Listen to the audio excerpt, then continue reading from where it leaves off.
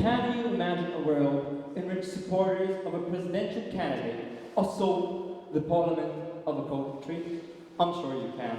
And if you can't, well, you don't have to, because this country exists, and you all know it. Behold, the United States of America. My name is Kajetan, and today I am here to talk about the biggest threat to American democracy, which is political polarization. Now, you may all ask, what was that thing he said about marriages? Well, according to my research, which is based on the American Family Survey, only 4% of marriages in America are between the supporters of the Democratic Party and the Republican Party, which are the two biggest parties in America. And this applies not only to marriages, it also applies to singles. You see, a study has found that 2/3 of singles in America are likely to reject a match on a dating app if it does not represent and match their political views. So based on information I just gave you, you can all probably draw the conclusion about what political polarization is. It is the process of groups adopting more and more extreme political views, while there is a growing gap between one group of people adopting and believing in one set of values, and the other one adopting and believing in different values. And political polarization, defined like that, literally applies to every sphere of American life. Now, I have a quick task for all of you. Please think about one thing in your life that you all value the most. I'll give you 3 seconds. 1, 2, 3. Now, I would like the people that thought about family to raise their hands high up in the sky. Okay, so I see you actually have a lot in common with the American society. You see, the Pew Research Center has found out that over 73% of Americans view the time spent with their family as one of the most important values in their life. And that does not stop them from spending less time with their family because of politics. Yes, you got that right. An average Thanksgiving meal takes on average 30 minutes less if it is conducted in a mixed political environment. Americans are willing to forsake their crucial values in order to defend their political beliefs. I'm going to tell you more. Americans are not only willing to forsake their crucial values, they're also willing to reject truth in order to defend their political opinions and beliefs. American sociologists have long discovered the so-called informational bias. This is the human tendency to reject and forget the information that does not fit their political views or any other views on the world, while at the same time, people remember and bring up the data that actually supports their statements and their views. And this, of course, is also present in American politics. A study by Annie Lerman and Daniel Akeson has found out that people are more likely to believe and remember the information provided to them by a party leader of their own, while at the same time, they forget the information that is provided to them by a party leader that they don't support. But for me, at least, it's also most shocking is the fact that people perceive and view the information that is given to them by a party leader that they don't support as fake. The most shocking and, I think, viral example of the informational bias was presented on January the 6th. It was on that day that thousands of Republican voters assaulted the United States Congress, which is the Parliament of the United States. And they did that because they believed that they were defending democracy. You see, the Republican Party leaders had told them that the elections in America were actually rigged. And they attacked the Parliament believing that they were defending democracy. They were defending, in their opinion, democracy and elections, right? And they remained in that belief even when the United States Congress had stated that the elections were fair.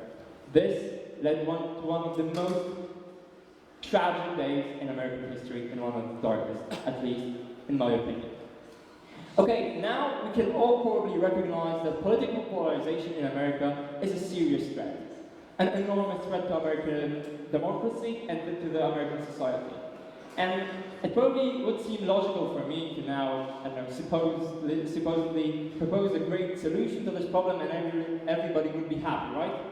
Yeah, I believe that before we do that, we should first of all try to understand the roots of this conflict. Try to understand how it was brought up, how did it begin. So this is exactly what we will now do. So, first of all, I would like you all to look at this map. And before we analyze it, I have another question for all of you. Please, the people that live in a smaller city or just a rural area, please raise your hands again. Okay, imagine if that determined how you voted in the election. Because that is exactly what is going on in America. You see, the red color represents the states that voted for Donald Trump, who was the Republican candidate in the 2020 presidential election.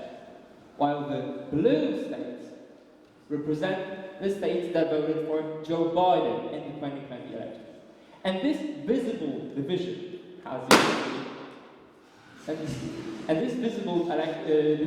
you can all see, is because there is a great division in American values. The states in the center of America tend to believe that the most important values are values like preserving tradition and family, while the people in bigger urban areas like, for example, Los Angeles or New York, tend to believe that progress, tolerance, open-mindedness are the crucial values that they have to believe in, and that also they want the American president to believe in. And that creates this division. That is really hard to solve, because how do you want to solve a conflict of people who literally don't even see each other because they live in a different part of this enormous country, as you can all see? Yes. Another root of the polarization in America is the fact that it is deeply rooted in American history. You see, the Republican Party has its nickname, GOP. Great Old Party. Yes, it is old. It is over 100 years old, just like the Democratic Party. And the fact that these two parties are so old also is the fact that they represent different groups, and by that I mean literally all groups, from certain income groups to minority groups. These groups have their conflicts.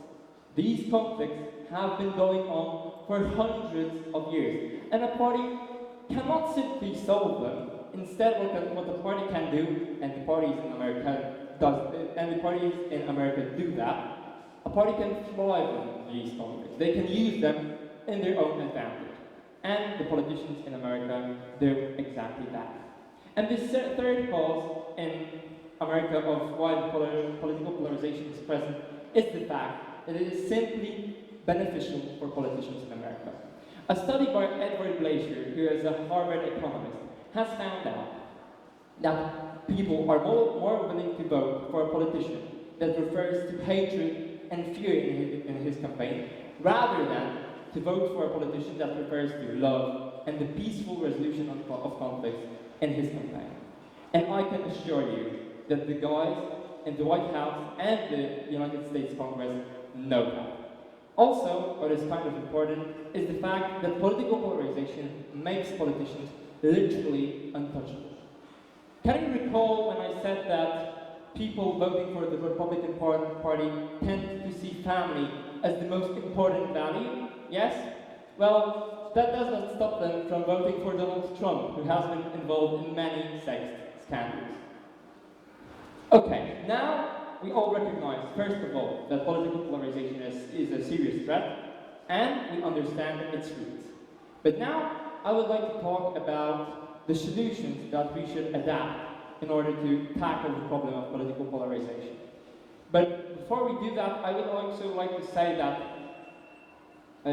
before we talk about that, we should all think that political polarization is not only a problem in America. It is a growing problem in Europe, in Asia, and in Africa. And we as Europeans, we as citizens of the world, have to try to understand how to prevent political polarization from becoming an even very bigger threat to the whole of the world. So, I have created 5 principles and measures that I think we should all implement. First of all, listen to each other.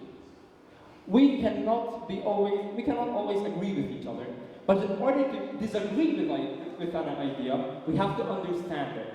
We have to understand the arguments standing against and in favor of it. And this cannot be done without listening to the other side. Yeah, so first of all, listening. Second of all, respecting the other side. We have to acknowledge that the other side is not a so-called spoil of an enemy that we often cannot simply identify. Instead, we have to recognize that we are all working towards a common goal. In Poland, it could be a better life in Poland or a better Poland. In America, it could be a better America or simply better life in America. When we work towards a common goal, we want to achieve it, but we have simply different paths of achieving it. And after that, we will be able to engage with each other. Because engagement is another key point which I have underlined here. We have to talk about our political ideas and about our political views. We may often disagree, but that is what democracy is about disagreeing, about talking. And only when we engage, we will not avoid conflict, we will not avoid talking about sometimes really hard things, like for example abortion or other things, only then will democracy thrive.